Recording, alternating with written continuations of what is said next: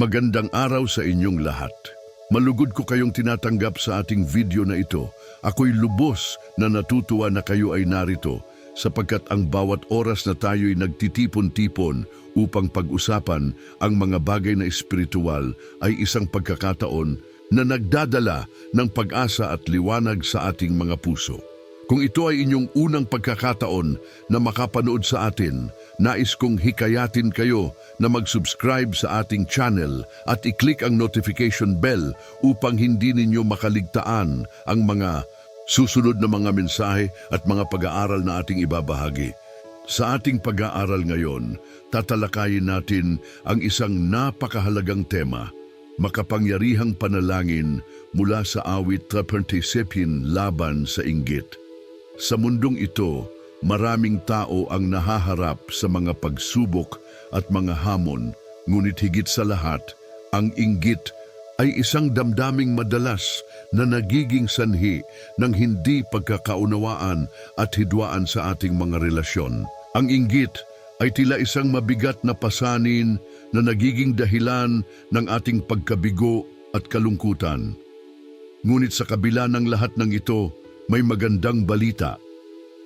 Sa awit 37, makikita natin ang mga salitang puno ng karunungan at lakas. Ang mga taludtod na ito ay nagbibigay sa atin ng liwanag at gabay kung paano natin dapat harapin ang inggit at ang mga negatibong damdamin na maaaring bumalot sa atin. Ang mga salita ng Diyos ay tunay na makapangyarihan at nagdadala ng kapayapaan sa ating mga puso. Bago tayo lumalim sa ating pag-aaral, nais kong anyayahan kayong mag-isip ng mga pagkakataon sa inyong buhay kung kailan kayo nakaramdam ng inggit. Puwede itong tungkol sa mga tagumpay ng ibang tao, mga material na bagay, o kahit sa mga relasyon. Sa mga pagkakataong ito, ano ang inyong ginawa? Ano ang inyong naramdaman? Ang mga tanong na ito ay mahalaga upang mas maunawaan natin ang ating sarili at ang ating pananampalataya. Sa awit 37, makikita natin ang mga paalala na huwag tayong mangamba sa mga tagumpay ng iba. Sa halip, hinihimok tayo ng salmo na magtiwala sa Panginoon at ipagkatiwala ang ating mga pangarap at pagsisikap sa Kanya. Huwag kang magalit dahil sa mga manggagawa ng kasamaan at huwag kang magsalita ng masama laban sa kanila. Isang makapangyarihang mensahe na dapat nating isaisip sa bawat araw.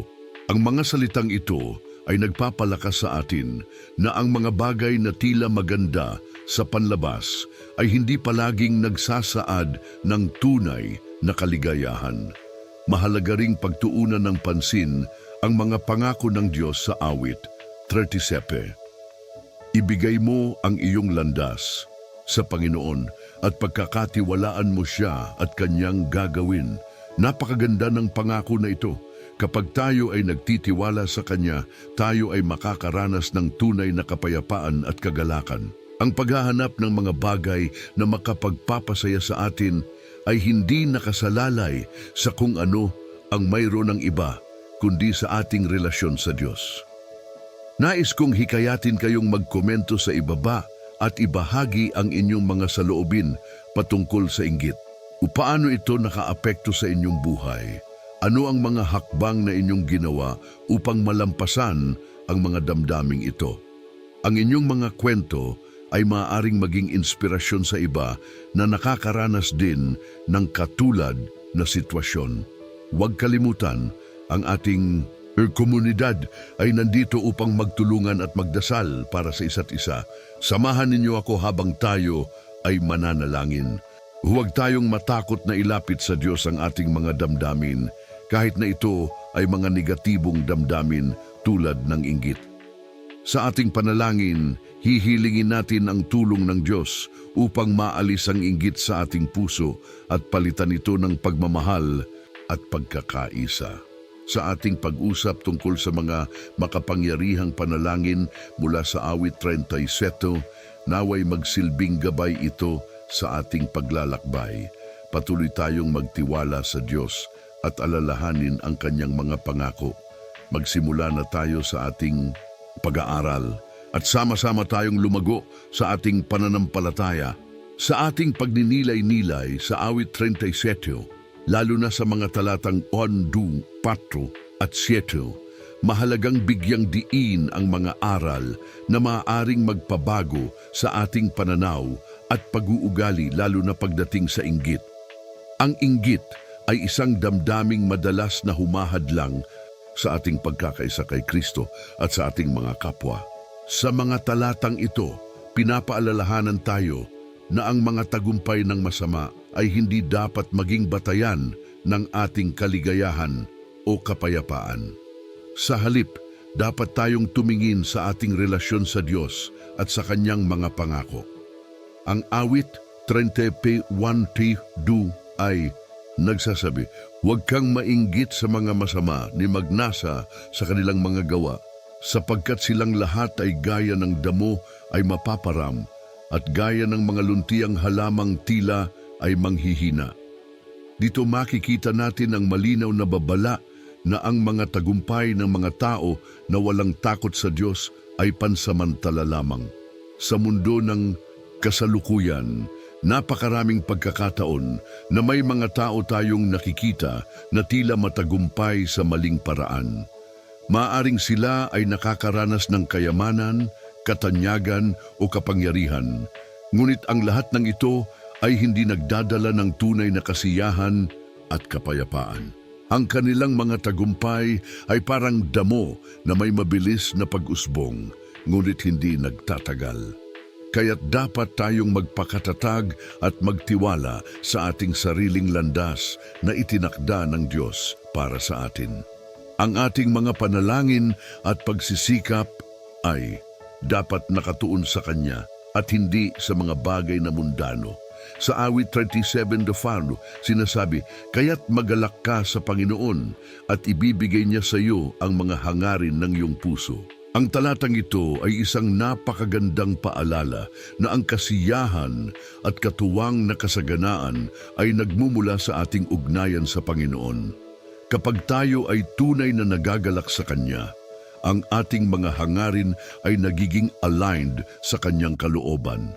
Dito, makikita natin na ang tunay na kasiyahan ay hindi nagmumula sa pag-aagaw o pagnanasa sa mga bagay na pag-aari ng iba. Sa halip, tayo ay dapat maging masaya sa mga biyayang ipinagkakaloob sa atin. Ang pagdulog sa Diyos sa ating mga panalangin ay dapat na nakatuon sa paghingi ng mga bagay na makakapagpalago sa ating spiritual na buhay at hindi sa mga bagay na nag-uudyok sa inggit. Ang awit 37:7 ay nag-uudyok sa atin na magpakatatag at magtiwala ka sa Panginoon at huwag magalit dahil sa mga tao na nagtatagumpay sa kanilang mga masamang plano. Ang pagkakaroon ng pasensya ay isang mahalagang aspeto ng ating pananampalataya. Sa ating mga pagsubok at hamon, madalas tayong nawawalan ng tiwala at nagiging sanhi ng inggit sa mga nakikita nating nagtatagumpay. Ngunit ang talatang ito ay nag-aanyaya sa atin na magpakatatag sa ating pananampalataya na ang Diyos ay may tamang panahon para sa lahat ng bagay. Ang pagtitiwala sa Kanya ay nagdadala sa atin ng kapayapaan sa kabila ng mga pagsubok. Kapag tayo ay naghintay at nagtiwala, nagiging mas madali para sa atin na iwanan ang inggit at makahanap ng kasiyahan sa kung ano ang mayroon tayo. Sa kabuuan, ang awit 37 ay nagbibigay ng makapangyarihang mensahe laban sa inggit at nag-aanyaya sa atin na magtiwala sa Diyos at sa Kanyang mga plano para sa atin.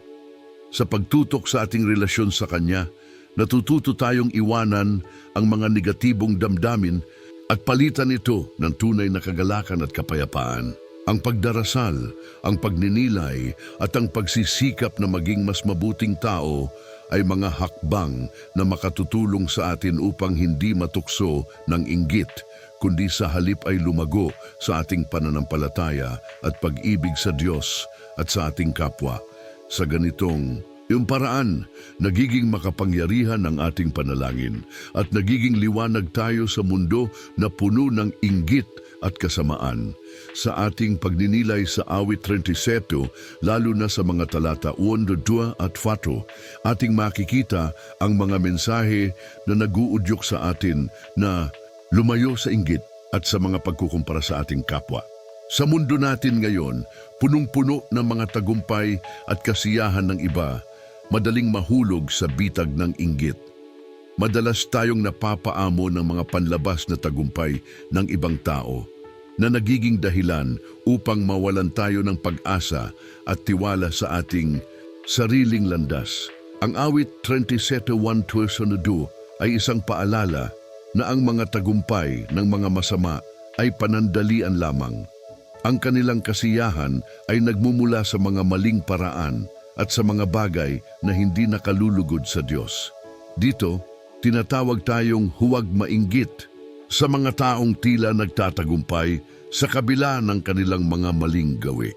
Ang tunay na tagumpay ay hindi nasusukat sa mga material na bagay o sa pansamantalang kasiyahan, kundi sa ating relasyon sa Diyos at sa Kanyang mga pangako. Dapat tayong tumingin sa ating mga sariling buhay at sa mga biyayang ipinagkakaloob sa atin sa halip na tumingin sa iba. Sa awit 37:4, ipinapahayag na kapag tayo ay nagtatamasa ng kasiyahan sa Panginoon, ibibigay niya ang mga hangarin ng ating puso. Dito, makikita ang kahalagahan ng pagtutok sa Diyos sa halip na sa mga bagay na nagdudulot ng inggit.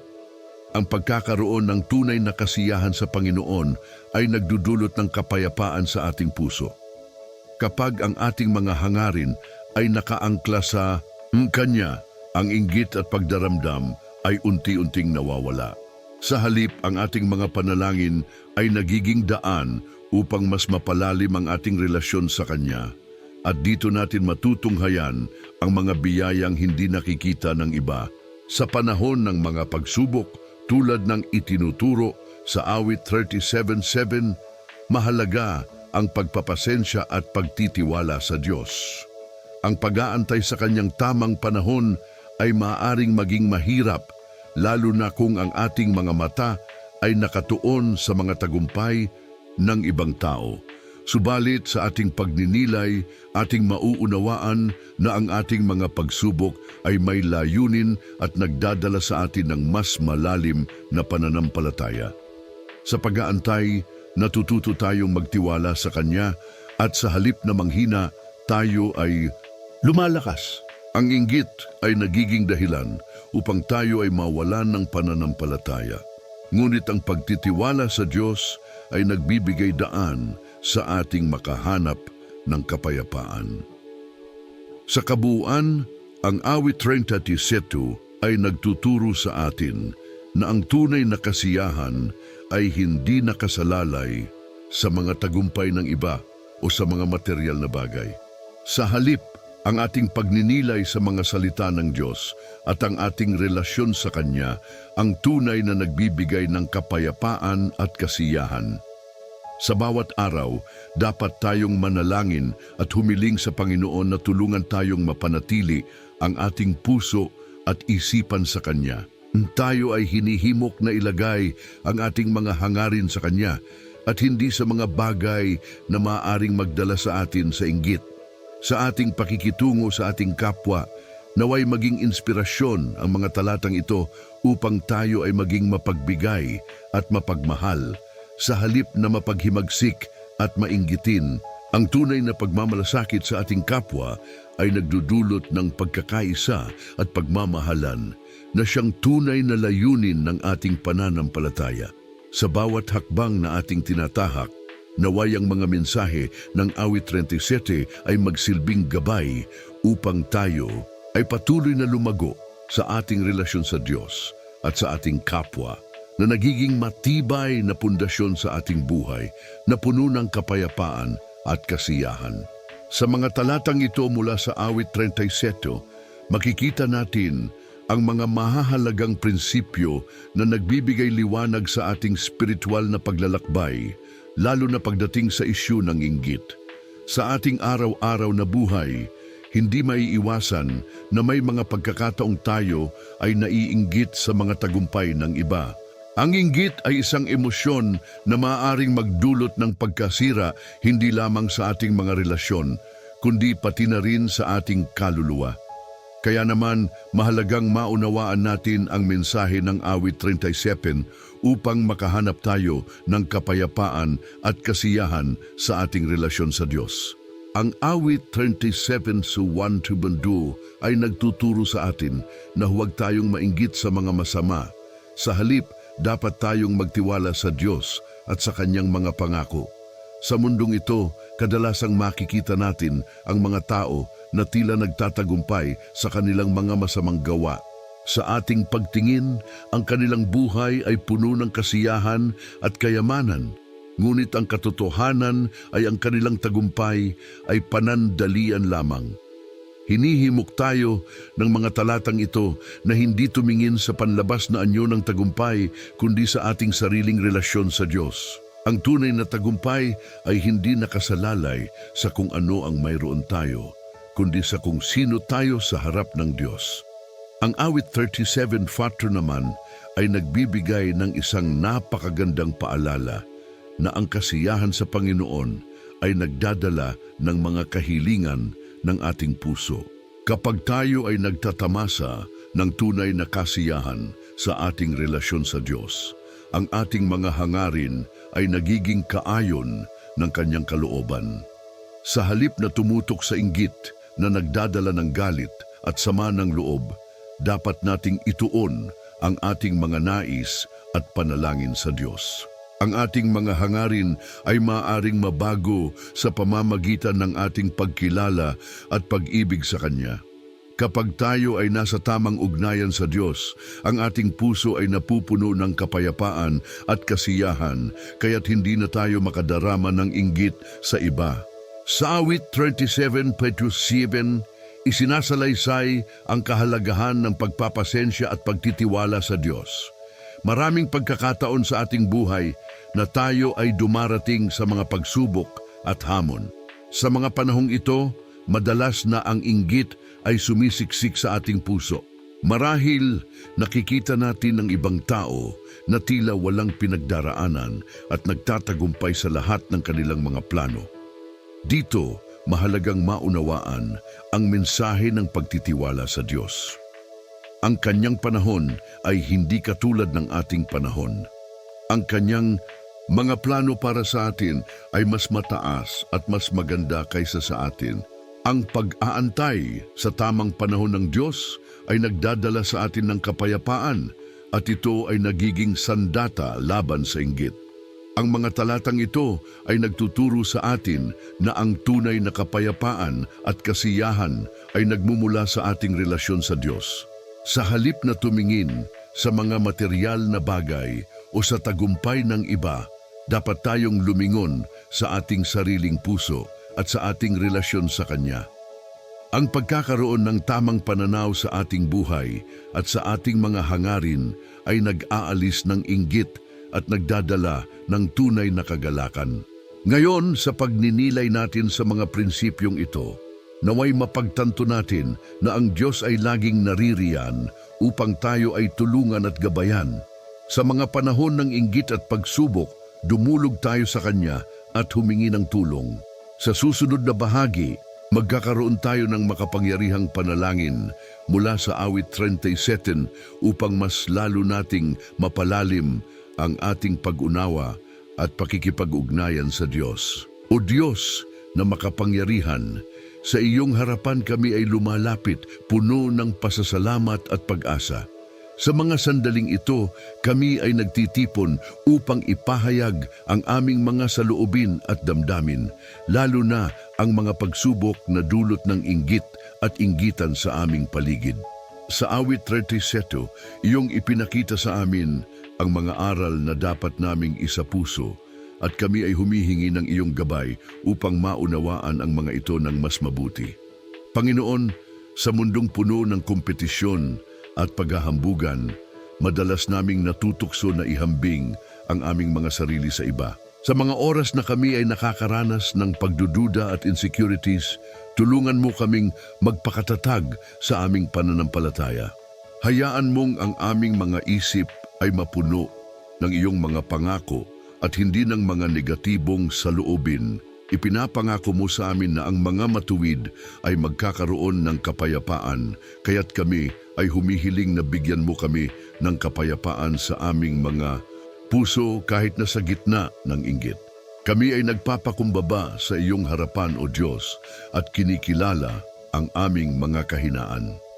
Sa mga pagkakataong kami ay bumagsak sa tukso ng inggit, tulungan mo kaming bumangon at muling magtiwala sa iyong plano para sa amin.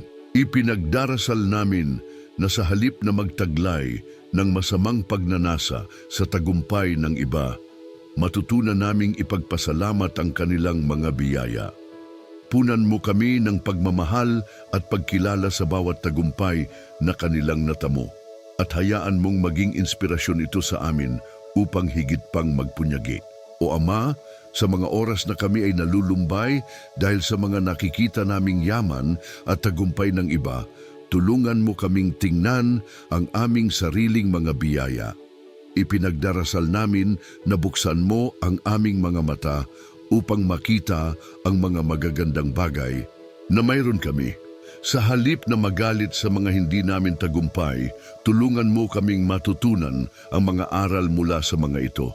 Ipinapangako mo na ang mga matuwid ay magkakaroon ng kasaganaan, kaya't kami ay nagtitiwala na ang aming mga pagsusumikap ay hindi mawawalan ng kabuluhan sa iyong mga mata.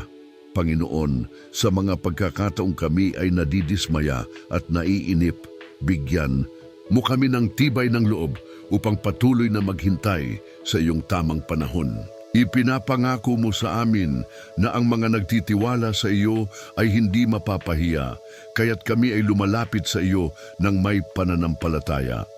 Ipinagdarasal namin na huwag kaming mawala ng pag-asa, bagkus ay patuloy na umasa sa iyong mga pangako. Hayaan mong ang aming mga puso ay mapuno ng saya sa mga biyayang natamo ng iba, at naway maging daan ito upang mas lalo naming mapalalim ang aming relasyon sa iyo. Diyos ng kaalaman, tulungan mo kaming maging matatag sa aming mga desisyon at pagpili. Sa mga pagkakataong kami ay nahaharap sa mga pagsubok, bigyan mo kami ng karunungan upang makagawa ng mga tamang hakbang. Ipinagdarasal namin na mapanatili naming ang aming puso ay nakatuon sa mga bagay na mahalaga at hindi sa mga bagay na pansamantala. Hayaan mong ang aming mga layunin ay maging makabuluhan sa iyong kaharian at sa kapakanan ng aming kapwa. Panginoon, sa mga pagkakataong kami ay pinag-uusapan ng iba, bigyan mo kami ng lakas ng loob upang ipaglaban ang aming dignidad at katotohanan.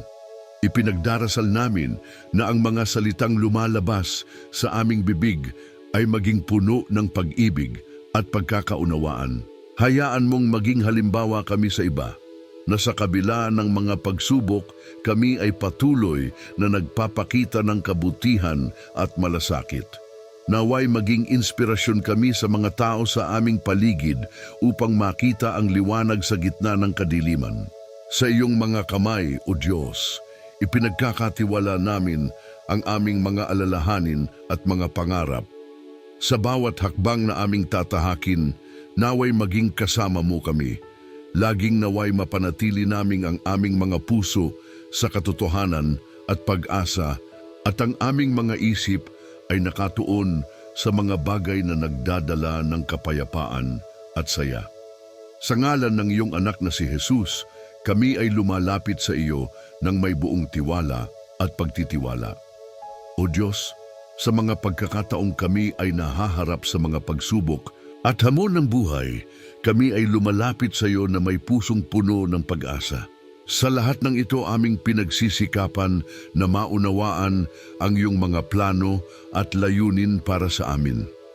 Sa mundong ito, kung saan ang mga tao ay madalas na nagiging biktima ng kanilang sariling pagnanasa at inggit, kami ay humihiling ng iyong tulong upang mapanatili ang aming mga puso sa tamang landas.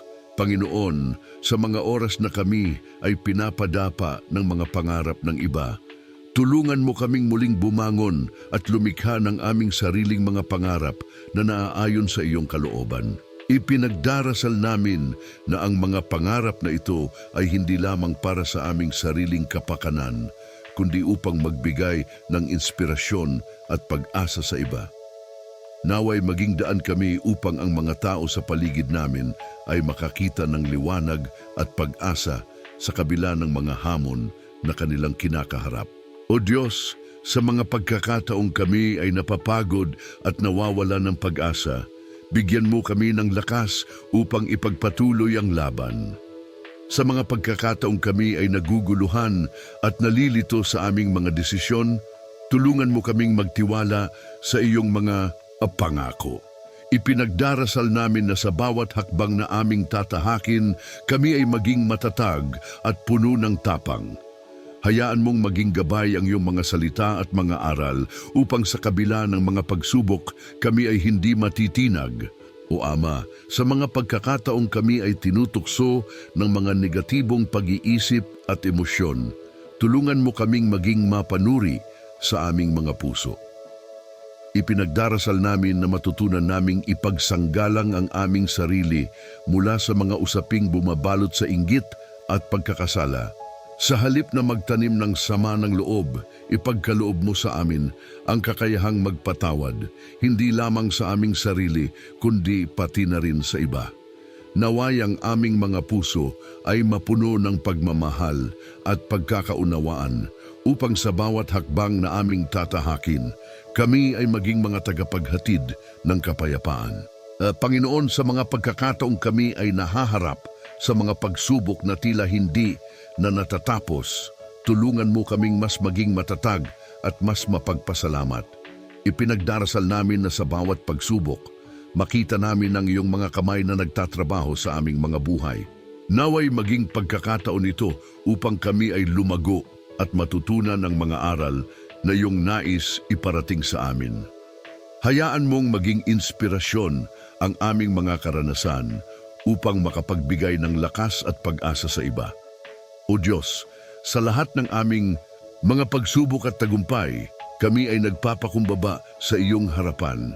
Kinikilala namin na ang lahat ng ito ay iyong kalooban at plano. Naway sa aming mga buhay, ang iyong pangalan ay maluwalhati at ang iyong mga salita ay magbigay ng liwanag sa aming landas. Ipinagdarasal namin na sa kabila ng mga pagsubok, kami ay maging patuloy na saksi ng iyong pagmamahal at kabutihan. Panginoon, sa mga pagkakataong kami ay nawawala sa tamang landas, tulungan mo kaming muling makabalik sa iyong yakap. Naway sa aming mga pagkukulang, hindi kami mawalan ng pag-asa, kundi ituwid ang aming mga pagkakamali at matutunan ang mga aral na dulot nito. Ipinagdarasal namin na sa bawat hakbang na aming tatahakin, kami ay maging matibay sa aming pananampalataya at puno ng pag-asa. Sa lahat ng ito, O Diyos, aming ipinagkakatiwala sa iyo ang aming mga pangarap, takot at pag-asa. Naway patuloy kaming magtiwala sa iyong mga pangako at mangarap ng mga bagay na makapagbibigay ng kaluwalhatian sa iyong pangalan. Sa ngalan ni Jesus, ang aming tagapagligtas, kami ay humihiling at nagdarasal. Amen. Sa pagtatapos ng ating devosyonal na ito, nais kong ipaalala sa bawat isa sa atin ang kahalagahan ng mga salita mula sa awit 37. Ang mga talatang ito ay nagbibigay ng liwanag sa ating puso, lalo na sa mga pagkakataong tayo ay nahaharap sa inggit at pagdududa. Sa ating paglalakbay bilang mga tagasunod ni Kristo, hindi maiiwasan ang mga pagsubok at mga pagkakataong tayo ay natutokso na ihambing ang ating sarili sa iba. Ngunit sa halip na magpadala sa mga damdaming ito, hinihikayat tayo ng salita ng Diyos na magtiwala sa Kanya at sa Kanyang mga plano para sa atin. Sa mga panahong tayo ay naguguluhan, naway maalaala natin ang mga pangako ng Diyos. Sinasabi sa awit 39:4, kunin mo ang kasiyahan sa Panginoon at ibibigay niya sa iyo ang mga nais ng iyong puso. Ang talatang ito ay hindi lamang isang paalala na ang ating kasiyahan ay dapat nasa Diyos, kundi pati na rin na ang mga tunay na hangarin ng ating puso ay dapat na nakatuon sa Kanya. Anuman ang ating mga pinagdaraanan, ang ating pag-asa at pag-asa ay dapat na nakaugat sa Kanya. Kaya naman, sa pagkakataong tayo ay nahaharap sa inggit, alalahanin natin ang mga bagay na tunay na mahalaga. Ang buhay ng ating kapwa ay hindi dapat maging batayan ng ating halaga. Ang ating halaga ay nakasalalay sa kung sino tayo sa mata ng Diyos. Tayo ay Kanyang mga anak, nilikha sa Kanyang wangis, at ang Kanyang pag-ibig para sa atin ay walang hanggan. Naway maging inspirasyon sa atin ang mga kwento ng mga tao na nagsikap at nagtiwala sa Diyos sa kabila ng mga hamon at pagsubok. Huwag tayong matakot na ipagdasal ang ating mga inggit at mga pagdududa. Ang pagkilala sa mga ito ay hakbang patungo sa pagpapalaya mula sa mga tanikala ng negatibong kaisipan.